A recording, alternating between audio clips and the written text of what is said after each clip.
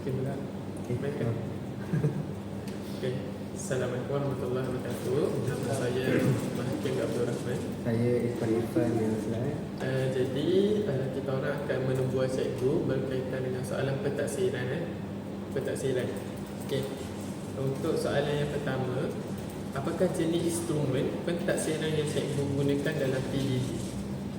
Okay, untuk subjek bahasa Melayu, cikgu akan guna instrumen pematian. Pada pendidikan jasmani, kita amal.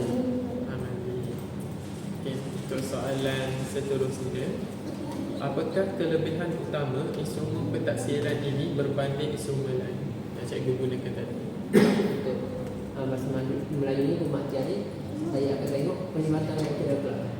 Contohnya kalau angkat tangan dan orang dapat jawab, maksudnya ada markah yang lebih baik berbanding yang tidak angkat tangan dan kesian lah. Kalau Macam mana? balik tu Kita tengok kemahiran dia. Kalau satu berbalik, perlakuan dia itu contoh kedua kaki, postur badan. Jadi saya akan ambil kira apa dari itu. adakah PBD yang cikgu lakukan ni berterusan ataupun mengikut berskala ke macam mana? Berterusan lah. Nanti saya akan isi 2 kali. Saya akan nilai pada pertengahan tahun dan akhir tahun. Faham. Jadinya untuk markah PBD tu cikgu akan nilai selama 2 kali, tetapi proses dia tu berpanjangan. Faham. Okay. Untuk soalan seterusnya, bagaimanakah cikgu merancang item atau tugasan sebelum menjalankan pentaksiran? Saya akan merujuk kepada RTT, iaitu rancangan tahunan. Sebab tu di SKP. Jadi saya akan guna 2 tu. Lepas tu saya akan proses guna ChatGPT untuk memudahkan saya mendapatkan instrumen. Okay, item bagi objektif dan kriteria design. Kalau dalam kelas cikgu, kalau untuk bahasa Melayu kan cikgu guna pentaksiran yang melibatkan digital, macam kuisis ke, kahut ke. Ada. Kalau kelas biasanya dalam buku tulis satu. Lepas tu ada bagi kertas aktiviti. Yang kedua ada workboard. Yang keempat biasanya kalau balik rumah tu, saya akan suruh orang jawab sama ada Google Form. Dalam Google Form ataupun kuisis dekat. Kalau cikgu tengok sama ada pelibatan digital ni ataupun teknologi ni membantu cikgu untuk menilai murid tu dengan lebih berkesan. Itu macam mana? Sebab bila menggunakan digital ni, saya tak perlu cek jawapan dia betul ke tak.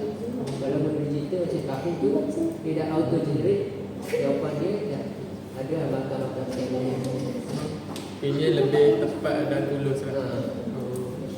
Dah mudah.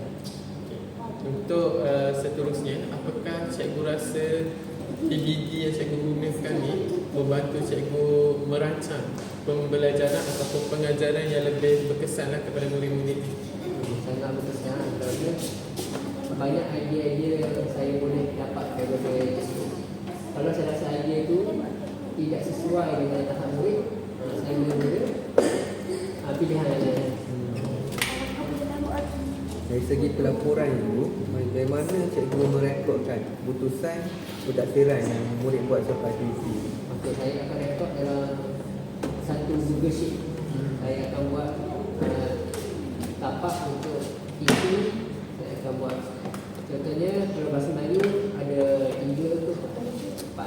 Ada mendengar dan berbentuk, Kemahiran membaca. Di bahasa pun ada masuk sekali. bahasa pun terbantu sekali.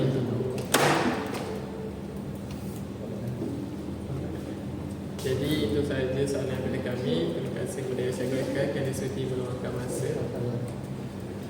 Okey. Okey. Wah, Ni tak apa yang kan?